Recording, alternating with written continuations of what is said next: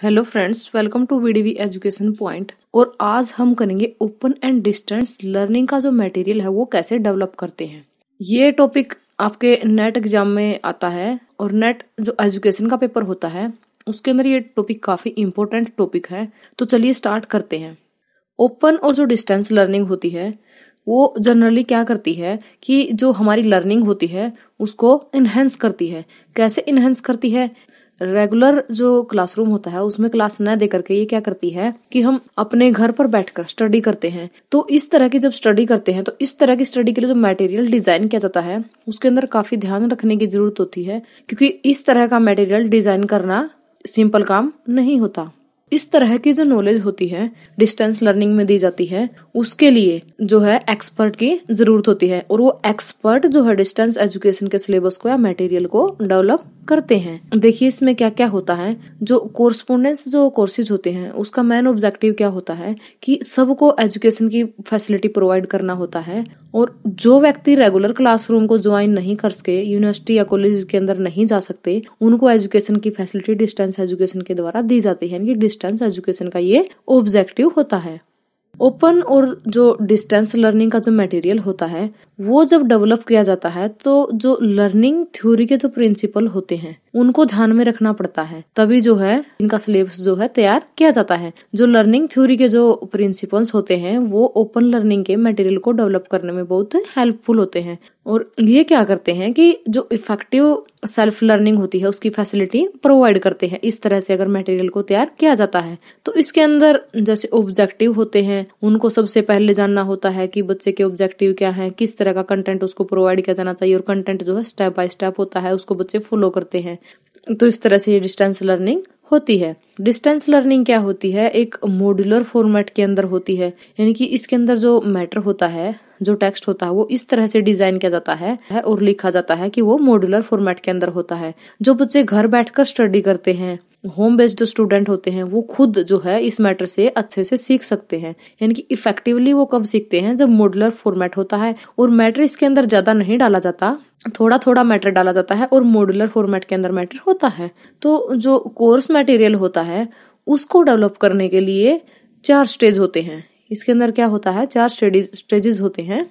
Pre planning stage हमारा first stage होता है, उसके बाद हमारा ये प्लानिंग स्टेज आता है, उसके बाद आता हमारा अथरिंग स्टेज और प्रोडक्शन स्टेज। कई बार एग्जाम में ये पूछ लिया जाता है कि जब हम डिस्टेंस लर्निंग का मटेरियल डेवलप करते हैं तो कितने स्टेज फॉलो करने पड़ते हैं? तो ये 4 स्टेज हमें फॉलो करने पड़ते हैं। और डिस्टेंस और ओपन लर्निंग का जो मटेरियल है उसको डेवलप करने की प्रोसेस क्या होती है? एक कॉन्टिन्यूस प्रोसेस होती है।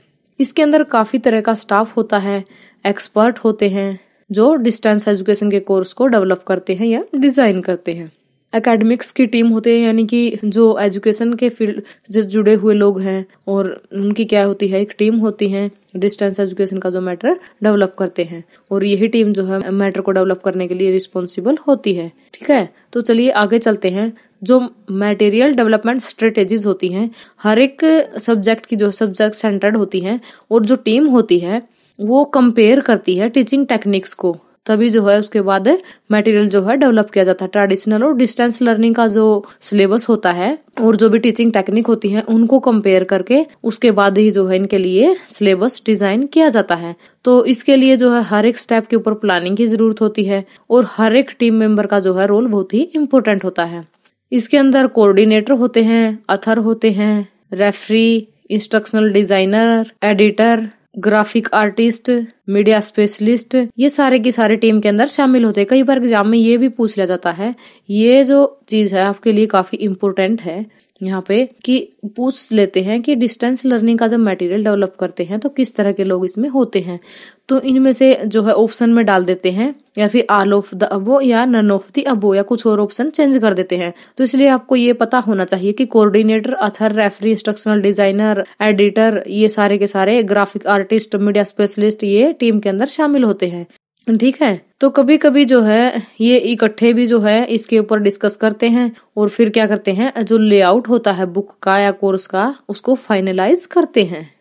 मीडिया और लर्निंग जो मटेरियल के जो रिसोर्सेज हैं ओपन और डिस्टेंस लर्निंग के अंदर यूज किए जाते हैं उनको ओपन डिस्टेंस लर्निंग मटेरियल भी कहते हैं, यानी कि ये इसी का नाम है। कई बार ये भी पूछ लिया जाता है मीडिया और लर्निंग मटेरियल एंड रिसोर्सेज, तो ये दोनों क्या है, सेम ही चीज है। तो इसके लिए क्या है, एसेंशियल कंपोनेंट है। ओडीएल मटेरियल को जो है कभी कभी जो है इंडिविजुअल के द्वारा भी प्रिपेयर किया जाता है, और ये क्या करते हैं, स्मॉल टीम होती है। ये स्मॉल टीम मतलब इसके अंदर कुछ थोड़े बहुत ही लोग होते हैं, और वो क्या करते हैं कि उनके अंदर ऐसे स्किल होने चाहिए जैसे करिकुलम डिजाइन का, इंस्ट्रक्शनल डिजाइन का और ट्यूटोरियल का। तो इस तरह की अगर उनके अंदर स्किल है, जैसे प्रिंट करना उनको आता है, वेब डिजाइन स्किल उनके अंदर है, तो वो भी कई बार जो है इनका मटेरियल प्रिपेयर कर देते हैं। अब यहाँ पे कुछ प्रिंसिपल्स हैं जो लर्निंग मटेरियल को प्रोड्यूस करने में काम आते हैं, तो इन्हीं के बेस पे जो है मटेरियल प्रोड्यूस किया जाता है। सबसे पहले तो जो इंस्ट्रक्शनल डिजाइनर होता है वो क्या होता है, कंटेंट प्रोवाइडर और राइटर भी होता है। देखिए यहाँ पे गिवन है कि इंस्ट्रक्शनल डिजाइनर क्या, कंटेंट प्रोवाइडर और राइटर। इंस्ट्रक्शनल डिजाइनर होता है जो कमीशन करता है कंटेंट प्रोवाइडर को और राइट करता है मटेरियल को। एक इंस्ट्रक्शनल डिजाइनर होता है जो कन्वर्ट करता है टेक्स्ट को जो टीचर के द्वारा प्रोवाइड किया गया है। उसके बाद टीम ऑफ जो पीपल्स होते हैं, कंटेंट प्रोवाइडर उनके अंदर शामिल होता है, इंस्ट्रक्शनल डिजाइनर ये हमने पीछे भी स्टडी किए थे, स्पेशलिस्ट होते हैं और ऑडियो और वीडियो प्रोड्यूसर्स होते हैं। इन्हीं प्रिंसिपल के ऊपर जो है लर्निंग मटेरियल प्रोड्यूस किया जाता है। किसके लिए, ओपन एंड डिस्टेंस लर्निंग के लिए। अब हम स्टडी करेंगे स्टेजेस की। तो सबसे पहला हमारा स्टेज आता है प्री प्लानिंग स्टेज। तो प्री प्लानिंग स्टेज के अंदर क्या करते हैं, प्री प्लानिंग स्टेज के अंदर एक रफ सिलेबस तैयार किया जाता है। ये भी चीज ध्यान में रखने की है, कई बार पूछ लिया जाता है कि रफ सिलेबस कब तैयार किया जाता है इसमें। तो प्री प्लानिंग स्टेज के अंदर हम रफ सिलेबस तैयार करते हैं। उसके बाद जो है इसका सिलेबस का फाइनलाइजेशन करते हैं।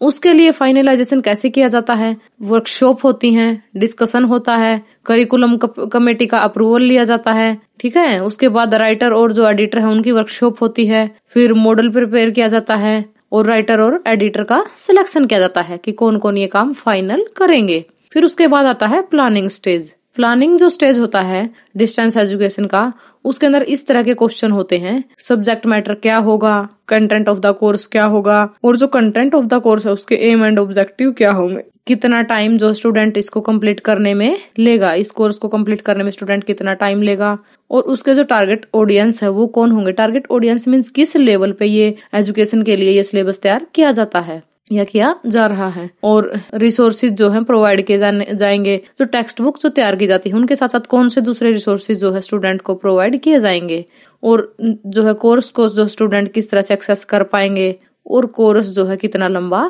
होगा। तो ये सारी चीजें प्लानिंग स्टेज के अंदर आती हैं। अब आता है अथरिंग स्टेज। अथरिंग स्टेज क्या होता है, देखिए इसके अंदर मैन्युस्क्रिप्ट अथरिंग होती है। मैन्युस्क्रिप्ट को कलेक्ट किया जाता है अथर्स से, यानी कि अथर्स ने जो कुछ लिखा है उनसे उसकी मैन्युस्क्रिप्ट जो है कलेक्ट की जाती है। फिर जो मैन्युस्क्रिप्ट है उसको सेंड किया जाता है रेफरी को।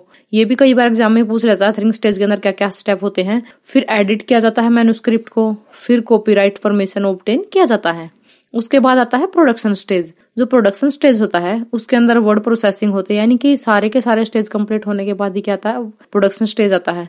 तो इसके अंदर जो कंटेंट होता है वो ऑलमोस्ट तैयार हो चुका होता है, तो इसके अंदर उस कंटेंट को लिखा जाता है, उसकी सेटिंग की जाती है, उसके स्टाइल की सेटिंग की जाती है। फिर फर्स्ट प्रूफ रीडिंग होती है। फर्स्ट प्रूफ रीडिंग मीन्स जब उसका प्रिंट आउट निकल करके आ जाता है तो उस प्रिंट आउट को चेक किया जाता है, क्योंकि जो प्रिंटर होते हैं वो मशीन होती है, वो ह्यूमन तो होते नहीं है, तो उसमें कई बार गलती रह जाती है, कुछ ना कुछ जो गलती होती है उनका फिर टीम मीटिंग के अंदर करेक्शन किया जाता है, उन गलतियों को वहां पे करेक्ट किया जाता है, इलस्ट्रेशन दिए जाते हैं। फिर सेकंड चेकिंग होती है, एक बार ये चेक हो जाने के बाद सेकंड चेकिंग होती है स्टाइल की और सेटिंग की। उसके बाद फिर सेकंड प्रूफ रीडिंग होती है, जैसे फर्स्ट प्रूफ रीडिंग होती है सेम उसी तरह से सेकंड प्रूफ रीडिंग होती है, कि वो सेकंड टाइम उसको चेक किया जाता है कि ये ठीक है या नहीं है। सारी की सारी गलतियां जो है सेकंड प्रूफ रीडिंग के अंदर करेक्ट कर दी जाती है। सेकंड प्रूफ जो रीडिंग होती है वो गलतियां निकालती है, उसके बाद क्या है करेक्शन कर दिया जाता है और उसका फाइनल चेक हो जाता है अथर के द्वारा, ठीक है, और इंस्ट्रक्शनल डिजाइनर के द्वारा, और उसके बाद प्रिंटिंग निकाल दी जाती है। तो इस तरह से जो डिस्टेंस और ओपन लर्निंग होती है उसका मैटर तैयार किया जाता है। तो राइटिंग क्या होती है, एक आर्ट होती है, और जो ओपन और डिस्टेंस लर्निंग का मैटर होता है उसको डेवलप करना काफी डिफिकल्ट काम होता है, क्योंकि इसके लिए सर्टेन स्टाइल और टेक्निक्स की जरूरत होती है। और ये जो टेक्निक होती है ट्रेडिशनल जो राइटिंग होती है उनकी टेक्निक से डिफरेंट होती है। तो डिजाइनिंग और डेवलपिंग जो होती है डिस्टेंस कोर्स मटेरियल की, वो क्या होती है, वो ये इंश्योर करती है कि जो राइटर होते हैं उनको लर्निंग थ्योरी के बारे में नॉलेज होनी चाहिए और लर्निंग टेक्निक की नॉलेज भी जरूर होनी चाहिए। जो डिजाइनिंग और डेवलपिंग है डिस्टेंस लर्निंग कोर्स मटेरियल की, वो इंश्योर करती है कि जो राइटर होते हैं उनको लर्निंग थ्योरी और टेक्निक से अवेयर होना चाहिए। तो इसीलिए जो है जो इंस्ट्रक्शनल डिजाइनर होते हैं या जो भी टीम के अंदर काम करते हैं ओपन और डिस्टेंस मटेरियल को डेवलप करते टाइम, उनको ट्रेनिंग की जरूरत होती है और जो ट्रेंड पर्सन होता है वही ये काम कर सकता है। इसके अंदर नॉर्मल व्यक्तियों को नहीं लिया जाता। और जो सिलेबस डेवलप किया जाता है और डिजाइन किया जाता है, इंस्ट्रक्शनल डिजाइन किए जाते हैं या कोर्स मटेरियल डिजाइन किया जाता है ओपन एंड डिस्टेंस लर्निंग के लिए, उसके अंदर ज्यादा से ज्यादा रिसर्च की, कमिटमेंट की, प्लानिंग और इवोल्यूशन की जरूरत होती है। Thanks for watching friends. Video को लाइक करना, शेयर करना, अगर आप चैनल पे नए हैं तो वीडियो एजुकेशन पॉइंट को सब्सक्राइब करना न भूलें।